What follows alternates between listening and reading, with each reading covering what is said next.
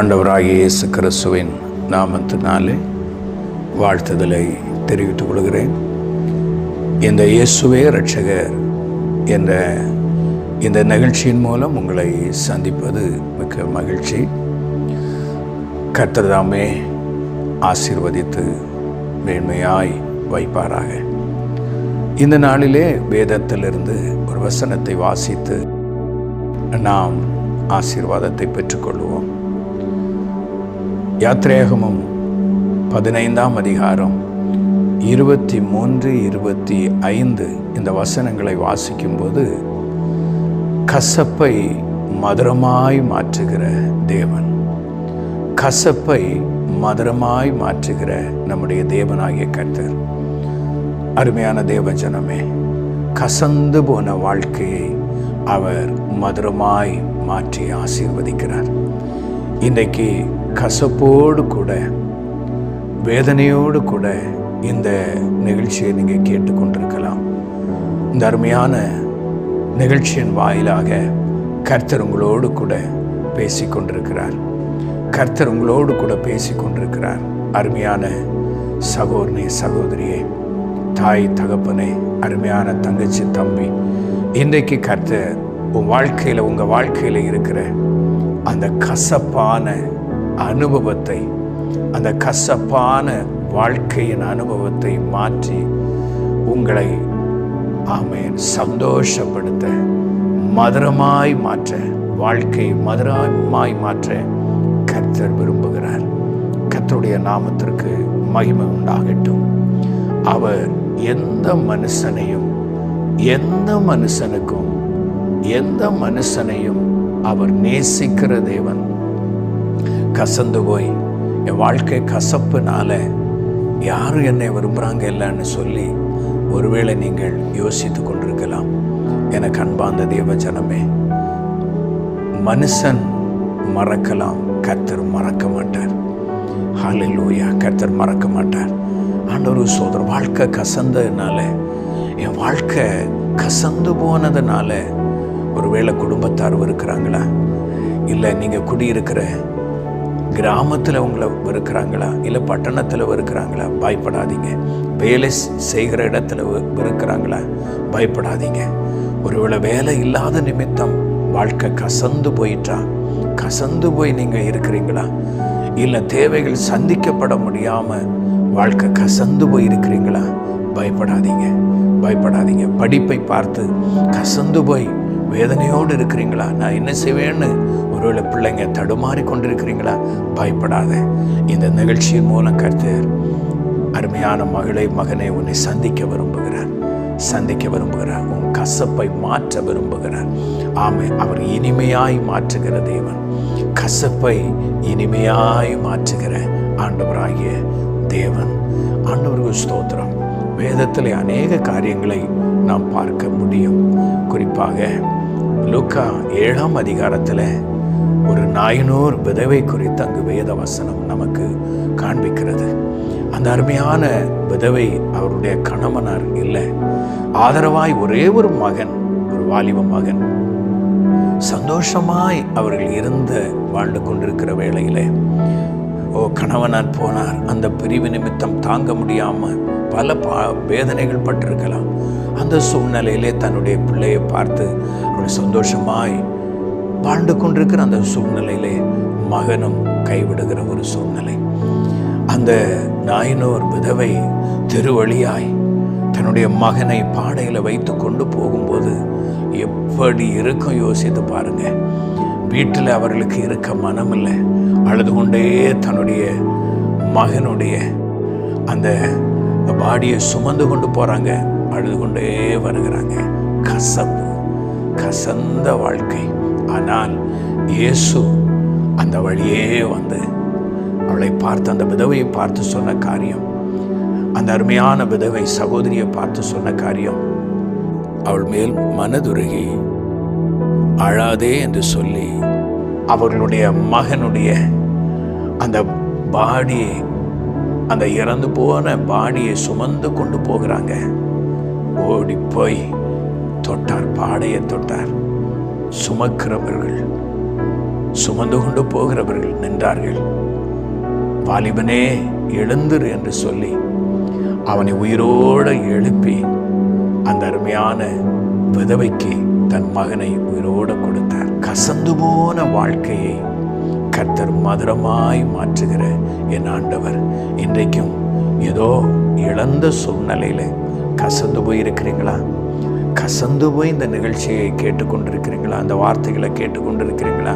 கர்த்தர் உங்களோடு பேசுகிறார். இழந்ததை 2 மடங்காய் நீ ஆசீர்வாதமாய் பெற்றுக்கொள்வீர்கள். கவலைப்படாதிருங்கள், கவலைப்படாதிருங்கள். கர்த்தருடைய நாமத்திற்கு மகிமை உண்டாகட்டும். ரூத்தினுடைய வாழ்க்கையில, ரூத் 1ஆம் அதிகாரத்தில் பார்க்கிறோம், அவருடைய வாழ்க்கையில கசப்பு நிறைந்த வாழ்க்கையாய் மாறிவிட்டது. ஆனால் அவர்கள் தேவனாகிய கர்த்தரை உறுதியாய் பற்றி கொண்டார்கள். கொஞ்ச நாட்கள் அந்த வேதனை அவர்களை விட்டு மாறல. வேத வசனம் தெளிவாய் சொல்லுகிறது, அந்த ரூத்தினுடைய வாழ்க்கையில் இருந்த கசப்பை மாற்றி அவர்கள் வாழ்க்கையை செழிக்க பண்ணினார். அதே ரூத்தினுடைய சன்னதியில தான் ஆண்டவராகிய இயேசு கிறிஸ்து இந்த பூமிக்கு வந்ததை வேதத்திலே நாம் வாசிக்கிறோம். அருமையான தேவ ஜனமே, உங்கள் வாழ்க்கை இப்படிப்பட்ட ஒரு கசப்பா வேதனையோடு இருக்கிறீங்களா? கசந்து போய் யார் என்ன விடுதலையாக்க முடியும்? இந்த கசப்பை யார் என்னிலிருந்து நீக்குவா என்று சொல்லி ஏங்கிக் கொண்டிருக்கிறீங்களா? ஆண்டவராக இயேசு உங்கள் கசப்பை மாற்றுவார், உங்கள் வேதனையை மாற்றுவார்.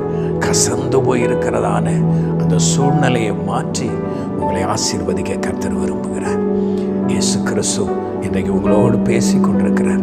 இஸ்ரவேல் ஜனங்களுடைய வாழ்க்கையில் இருந்த அந்த கசப்பை மாற்றி இனிமையாய் மாற்றினது போல, அந்த விதவையினுடைய நாயினூர் விதவையினுடைய வாழ்க்கையில் இருந்த கசப்பை மாற்றி இனிமையாய் மாற்றினது போல, ரூத்து அவர்களுடைய வாழ்க்கையில் இருந்த கசப்பை மாற்றி இனிமையாய் மாற்றினது போல உங்கள் வாழ்க்கையை மாற்ற விரும்புகிறார். உங்கள் வாழ்க்கையை மாற்ற விரும்புகிறார். ஒருவேளை வேலை இல்லாத சூழ்நிலையில் தடுமாறி கொண்டிருக்கிறீங்களா? கசந்து போயிருக்கிறீங்களா? ஐயோ, வீட்டை விட்டு வெளியே வர முடியவில்லை, ஐயோ நபர்களை பார்க்க முடியவில்லை, யாரையும் பார்க்க முடியலை, கட்டப்பட்ட ஒரு சூழ்நிலையில் கசந்து போயிருக்கிறீங்களா? பயப்படாதீங்க. ஐயோ, இனி நான் அடுத்து என்ன செய்வேன் என்று சொல்லி ஒருவேளை வேதனைப்பட்டு கசப்பு உங்களை ஒட்டி கொண்டதா? பயப்படாதீங்க. இன்றைக்கு கர்த்தர் உங்களை விடுதலையாக்க விரும்புகிறார். இயேசுவுக்கு உங்கள் வாழ்க்கையில் இடம் கொடுப்பீர்களா? இயேசுவை விசுவாசிப்பீர்களா? இயேசுவே, என் கசப்பை மாற்ற ஆண்டவரே, என் வாழ்க்கையின் கசப்பை மாற்றும். இயேசுவே, என் குடும்பத்தின் கசப்பை மாற்றும். என் குடும்பத்தில் இருக்கிற கசப்புகள் மாறட்டும். என்னுடைய ஸ்தோத்திர குடும்பத்தில் இருக்கிற கசந்த வாழ்க்கையை மாற்றிருங்கப்பா என்று சொல்லி ஆண்டவரை நோக்கி நீங்கள் கூப்பிடுவீர்களா? விசுவாசிப்பீர்களா? ஒருவேளை படிப்பை நினைச்சா கசப்பாக இருக்கா? எதிர்காலம் ஆசீர்வாதமாக இருக்க படிப்பு மிக முக்கியம். ஆண்டவருக்கு ஸ்தோத்திரம். கர்த்தரை நம்புங்க, இயேசுவை நம்புங்க, அவர் ஞானத்தை தருவார். ஞானமாகிய இயேசு உள்ள வந்தா பயப்பட வேண்டிய அவசியமே இல்லை. ஆண்டவருக்கு ஸ்தோத்திரம். கசக்காதீங்க. படிப்பின் மேலே கசப்பாக இருக்கிறீங்களா? கசக்காதீங்க. அந்த கசப்பை மதுரமாய் மாற்ற தேவனாலே முடியும். வேலை செய்கிற இடத்துல ஒருவேளை கசந்த சூழ்நிலையா? பயப்படாதிருங்க. இயேசு அந்த சூழ்நிலையை மாற்றி உங்களை இனிமையாய் மாற்ற, மதுரமாய் மாற்ற அவர் வல்லமையுள்ள தேவனாய் காணப்படுகிறார். எனக்கு அன்பார்ந்த தேவ ஜனமே, இந்த வார்த்தைகளை கேட்கிற உங்களோடு கர்த்தர் பேசிக்கொண்டிருக்கிறார். இன்றைக்கு இந்த நேரம் உங்கள் கசப்பை மதுரமாய் மாற்ற இயேசுவாலே முடியும். என்னோடு கூட ஜெபிப்பீர்களா? நாம் ஜெபிப்போம். இயேசு நிச்சயமாய் உங்களை விடுதலையாக்கி உங்கள் கசப்புகளை மாற்றி ஆசீர்வதிப்பாராக. ஆமென். ஜெபிப்போம்.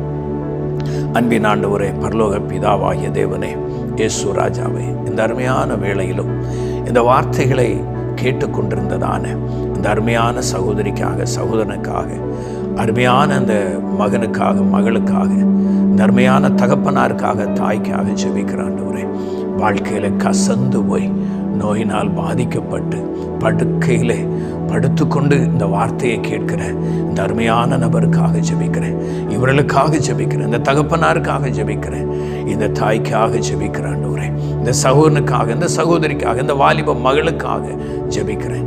இயேசுவின் நாமத்தில் அவருடைய கசப்பை மதுரமாய் மாற்றுகிற தேவனுடைய வல்லமை இன்றைக்கு அவர்களை சந்தித்து விடுதலையாக்கி ஆசீர்வதிக்க ஜெபிக்கிறாப்பா.